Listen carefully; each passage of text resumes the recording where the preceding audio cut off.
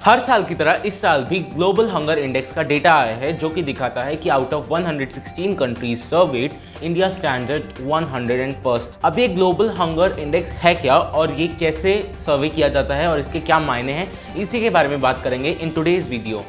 Hello everyone, I am Aaradhish Sharma. Global hunger index US based Gallup organisation conduct करती है और वो ये डेटा निकालती है हर साल अक्टूबर में, ये दिखाते हुए कि कौन सी कंट्री में हंगर कितना है और कौन सी कंट्री में हंगर कम है। ये डेटा से सारी कंट्रीज़ अपना जो डेवलपमेंट का जो उनका टारगेट है उसको एक्सेस कर पाती हैं और देख पाती हैं कि कहाँ उनकी कमी रही और कहाँ वो अभी भी सुधार करना चाहती हैं और करना उनको चाहिए। ग्लोबल हंगर इंडेक्स को 4 मायनों में नापा जाता है। पहला है अंडर नरिशमेंट, कि कितने बच्चे को कितना भोजन मिल रहा है रोज का। दूसरा है चाइल्ड स्टंटिंग। ये चाइल्ड स्टंटिंग क्या है? बच्चे अपनी उम्र के हिसाब से थोड़े छोटे दिखते हैं, वो होते तो 2nd-3rd क्लास में जाने वाले हैं लेकिन लगता है कि वो LKG या प्रेप में पढ़ते हैं। इसको कहते हैं चाइल्ड स्टंटिंग। तीसरा पायदान है चाइल्ड वेस्टिंग का, कि कौन सा बच्चा अपनी हाइट के हिसाब से कितना पतला है और उसकी कितनी हड्डियां दिख रही हैं, वो सबको देख करके चाइल्ड वेस्टिंग देखा जाता है। और चौथा और आखिरी की फैक्टर है चाइल्ड मोर्टेलिटी। चाइल्ड मोर्टेलिटी का मतलब है कि 1 से 5 साल के बीच में कितने बच्चे मर जाते हैं out of 1000 due to hunger. इन 4 की फैक्टर्स को देखते हुए हर किसी को ग्लोबल हंगर इंडेक्स स्कोर दिया जाता है और उस स्कोर के हिसाब से ही रैंकिंग होती है। इंडिया का GFI स्कोर अगर हम देखें तो वो इस साल है 27.1। तो देखा गया है कि ईयर बाय ईयर इंडिया नीचे गिर रहा है। बीच में 2012 में उसने थोड़ी सी ग्रोथ दिखानी शुरू हुई थी, लेकिन वापस से ये ट्रेंड रिवर्स हो गया और वापस से ये नीचे दिखते हुए ही हमें आ रहा है। इस बार जो ग्लोबल हंगर इंडेक्स का डेटा आया है उसके हिसाब से इंडिया, म्यांमार, नेपाल, बांग्लादेश और पाकिस्तान से भी पीछे छूट गया है हंगर इंडेक्स के मामले में। जहां म्यांमार की पोजीशन 71st है, नेपाल की 76 और बांग्लादेश की भी 76 है और पाकिस्तान की 92 है, वहीं इंडिया 101st प्लेस पे है, जो कि एक बहुत दुख की बात है।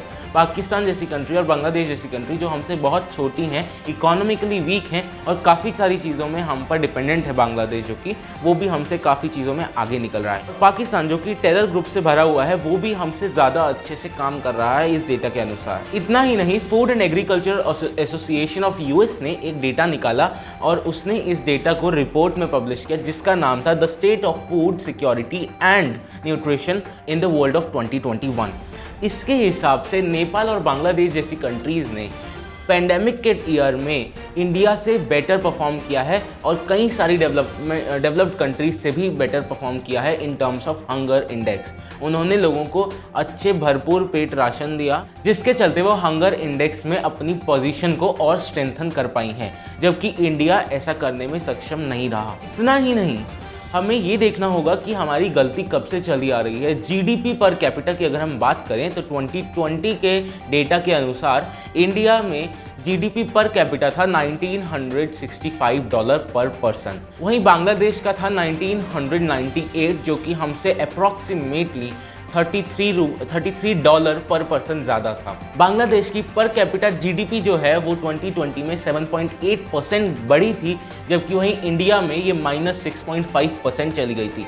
ऐसा नहीं है कि बांग्लादेश में कोविड नहीं आया, लेकिन उन्होंने ऐसे मेजर्स लिए जिसकी वजह से वो अपनी इकोनॉमी को स्टेबल रख पाए और लोगों को भुखमरी से भी बचा पाए।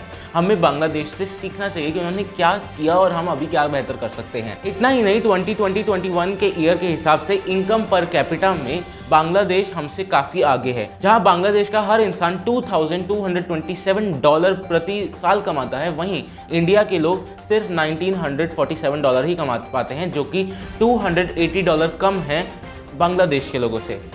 ह्यूमन डेवलपमेंट में भी बांग्लादेश एक सिग्निफिकेंट इम्प्रूवमेंट करता हुआ दिखाई दे रहा है, जबकि इंडिया की प्लेस लगातार गिरती जा रही है। ऑल्दो अभी इंडिया स्टैंड करता है 131st में और बांग्लादेश स्टैंड करता है 133 में, 2 स्टेप आगे हैं हम बांग्लादेश से। लेकिन अगर हम 2018 का डेटा देखें तो हम 129 स्टेज पे थे, जिससे हम गिर करके 131st में आ गए हैं और वहीं बांग्लादेश 134th में था और वो 133rd में आ गया है। मतलब कि वो आगे बढ़ रहा है और हम पीछे जा रहे हैं। ऐसा ही चलता रहा तो हमारा पड़ोसी देश जो पूरी चीज़ों में हम पर निर्भर रहता था वो हमसे आगे निकल जाएगा और ये हमारे लिए बहुत दुख की बात होगी। अगर हम बात करें कि गवर्नमेंट का क्या स्टैंड रहा इन सारे जो डेटा निकल रहा है उन पर, तो आपको जानकर हैरानी होगी कि गवर्नमेंट ने कहा है कि ये सारे डेटा जो हैं वो वेस्ट और लेफ्ट इंस्पायर्ड हैं और इसमें जो मेथडोलॉजी यूज़ की गई है वो गलत है। लेकिन मुझे समझ नहीं आता कि जैसे ही ये लोग डेटा आते हैं, ये सारे डेटा निकलने लगते हैं जो कि बताते हैं कि कैसे डेवलपमेंट हो रही है एक कंट्री की, उस टाइम ये पूरा वेस्ट हमारा दुश्मन कैसे बन जाता है। अभी 1 महीना पहले ही जब प्रधानमंत्री मोदी बाइडन से मिलने यूएस गए थे क्वाड मीटिंग के लिए, तब सारे न्यूज़ चैनल ने बाइडन और मोदी की पिक लगाकर ये दोस्ती हम नहीं तोड़ेंगे वाले स्लोगन्स चलाए थे। आई वंडर कि ये फ्रेंडशिप इतनी जल्दी दुश्मनी में कैसे बदल जाती है इंडिया के खिलाफ। और यही नहीं, अगर आप ग्लोबल हंगर इंडेक्स देखेंगे तो वो फेक है, अगर आप प्रेस फ्रीडम देखेंगे तो वो भी गलत है, ग्लोबल डेमोक्रेसी इंडेक्स देखोगे तो आप बोलोगे कि ये कांग्रेस स्पॉन्सर्ड चीज़ें हैं, और पर कैपिटा इनकम देखोगे तो आप बोलोगे ये भी लेफ्टिस्ट प्रोपोगेंडा है। पर जैसे ही ईज़ ऑफ बिजनेस, वही सेम बेस्ट ऑर्गेनाइजेशन निकाल रही हैं, लेकिन वो ईज़ ऑफ बिजनेस क्योंकि हमारा उसमें अच्छा चल रहा है, हम एक ही चीज़ में अच्छा बढ़ रहे हैं, तो इसलिए वो चीज़ ठीक है, बाकी सारी चीज़ें गलत हैं।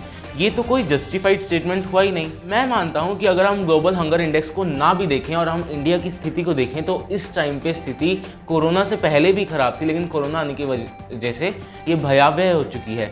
जिस रेट से लोग गरीब हुए हैं, पुअर पीपल की संख्या अराउंड डबल हो चुकी है इस कोविड में, और लोगों के पास खाने को कुछ भी नहीं बचा है। आप अंदाज़ा इसी बात से लगा सकते हैं कि पीएम हमारे प्रधानमंत्री ये दावा करते हैं कि उनकी स्कीम से 80 करोड़ लोग महीने का 5 किलो राशन ले रहे हैं। आप ये समझ लीजिए कि 5 किलो राशन के लिए 80 करोड़ लोग लाइन पे लगे हुए हैं, और इतनी बुरी हालत है।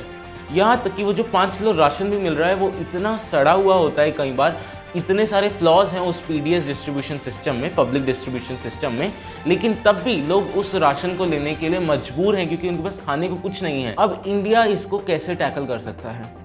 इंडिया को ये जो टैक्सेस वगैरह इतने बढ़ रहे हैं, आज हम इन्फ्लेशन का रेट देख रहे हैं तो it's all time high, and even after 2011 करीब 10 साल बाद इतना ज़्यादा हम हाइक देखने को मिल रहा है फूड आइटम्स पे, ग्रोसरीज पे। जब सीएनजी पीएनजी पेट्रोल सब महंगा होता है तो सब चीज़ों में आंच पड़ती है, जिसकी वजह से सारी खाने की चीज़ों के दाम डबल हो चुके हैं। 40 रुपये किलो का टमाटर आज 80 रुपये किलो तक बिक रहा है। जो फूल गोभी थी जो 10-10, 20-20 रुपये में मिलती थी, वो एक टाइम 100 रुपये में भी बिकी है दिल्ली में।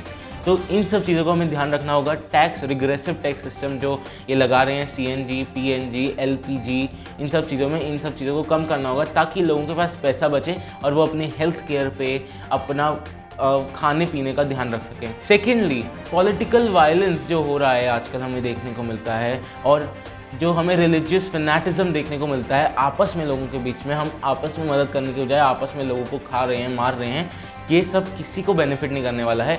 गांव बनने में सालों लगते हैं और उजड़ने में कुछ दिनों का वक्त लगता है, कुछ घंटों का वक्त लगता है। हमारी डेवलपमेंट एक दिन के अंदर 10 साल पीछे जा सकती है। अभी रीसेंट केस हमने दिल्ली का देखा है, जहाँ 2 साल पहले, 1-1.5 साल पहले जो वायलेंस हुआ था उसमें भी लोग वापस से अपने घरों में नहीं सेटल हो पाए हैं। अभी भी आधी दुकानें वहाँ बंद दिखाई देती हैं डर के मारे, वहाँ पे दहशत का माहौल अभी भी, वो जो हॉरर्स हैं उस चीज़ के, वो अभी भी हॉन्ट करते हैं उन गलियों को, उन सड़कों को। हमारा भी सपना है कि हमारी कंट्री आने वाले कुछ सालों में, 5-10 सालों में डेवलप्ड बने। अगर ऐसे कॉन्फ्लिक्ट चलते रहे तो शायद हम अभी अफ़गानिस्तान से भी पीछे जाने लगें। कुछ भी हो सकता है अगर ये जो पॉलिटिकल वायलेंस है, क्लैशेस हैं, ये बढ़ेंगे कम्युनिटीज़ के बीच में। I would rest this video with, धर्म का धंधा है, हर कोई अंधा है, जब आँख खुली तो पता चला पूरा देश भूखा नंगा है। If you really like the content of the video, do share it with your friends, comment down below and don't forget to subscribe to our channel. Do follow us on social media websites as well. Link will be in the description. Thanks for watching.